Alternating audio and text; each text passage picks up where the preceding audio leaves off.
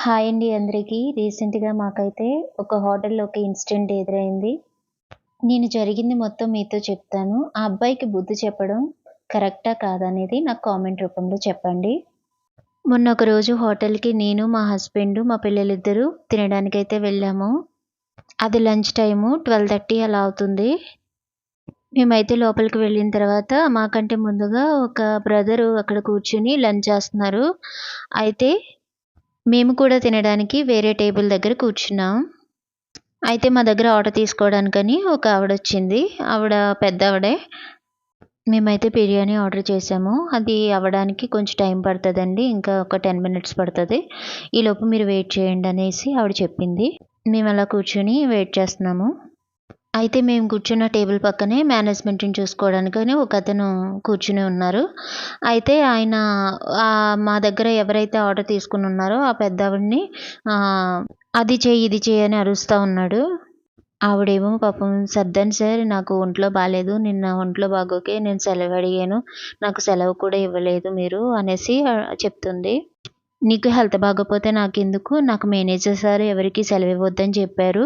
నువ్వేది చెప్తే అదే చేయాలి వాళ్ళనేసి చెప్తున్నారు. నాకు నచ్చని వాళ్ళని తీసి పడేస్తాను. నీకు ఇక్కడ పని చేయడం ఇష్టం లేకపోతే వెళ్ళిపో ఇక్కడి నుంచి. అంతేగాని మా మీద అరవకు అలాగే ఇలాగ అనేసి అంటున్నాడు. నిజానికైతే అతనే అరుస్తున్నాడు ఆవిడ మీద. నేనేం చెప్తే మీరది చేయాలంటూ గట్టిగా పాపం ఆవిడ మీద అరిచేటప్పటికి ఆవిడ సైలెంట్‌గా బయటికెళ్ళిపోయింది.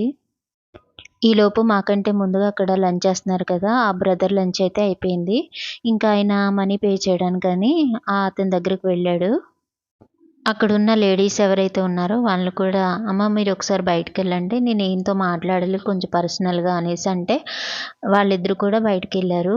వాళ్ళెళ్ళిన తర్వాత ఆ బ్రదర్ అతని దగ్గరికెళ్ళి నువ్విలా మాట్లాడడం కరెక్ట్ కాదు. లేడీస్‌కి రెస్పెక్ట్ ఇచ్చి మాట్లాడాలి. పైగా కస్టమర్స్ ఉన్నప్పుడు ఇలాగా వాళ్ళని తిట్టడం అనేది కరెక్ట్ కాదు. నువ్వు నీ బిహేవియర్ మార్చుకో, నీ పద్ధతి మార్చుకో. నీకు వాళ్ళతో ఏదైనా ప్రాబ్లమ్ ఉంటే మేనేజర్‌తో చెప్పు. ఆయనే చూసుకుంటారు. అంతే తప్ప నీకు అధికారం ఇచ్చారు కదా! అని నీ ఇష్టం వచ్చినట్టు మాట్లాడకు. ఇక్కడ ఒక ఫ్యామిలీ ఉన్నారు. నేనున్నాను. కస్టమర్స్ ఉన్నప్పుడు మీరలా మాట్లాడడం అనేది తప్పు. మీ పద్ధతి మార్చుకోవాలనేసి ఆ బ్రదర్ గట్టిగానే చెప్పారు. చెప్పిన తర్వాత ఆ లేడీస్ అనే వాళ్ళని లోపలికి పిలిచి, అమ్మ మీరు నేను సర్వీస్ చేసినందుకు మనీ ఇవ్వాలనుకుంటున్నానని చెరో 100 ఇచ్చి ఆ బ్రదర్ అక్కడి నుంచి వెళ్ళిపోయారు. నాకైతే ఆ బ్రదర్ చూసినప్పుడు చాలా రెస్పెక్ట్ వచ్చింది నిజంగా. కొన్ని ఇన్సిడెంట్లు మన కళ్ళ ముందే జరిగినా కొన్నిసార్లు మనం రెస్పాండ్ అవ్వకపోవచ్చు.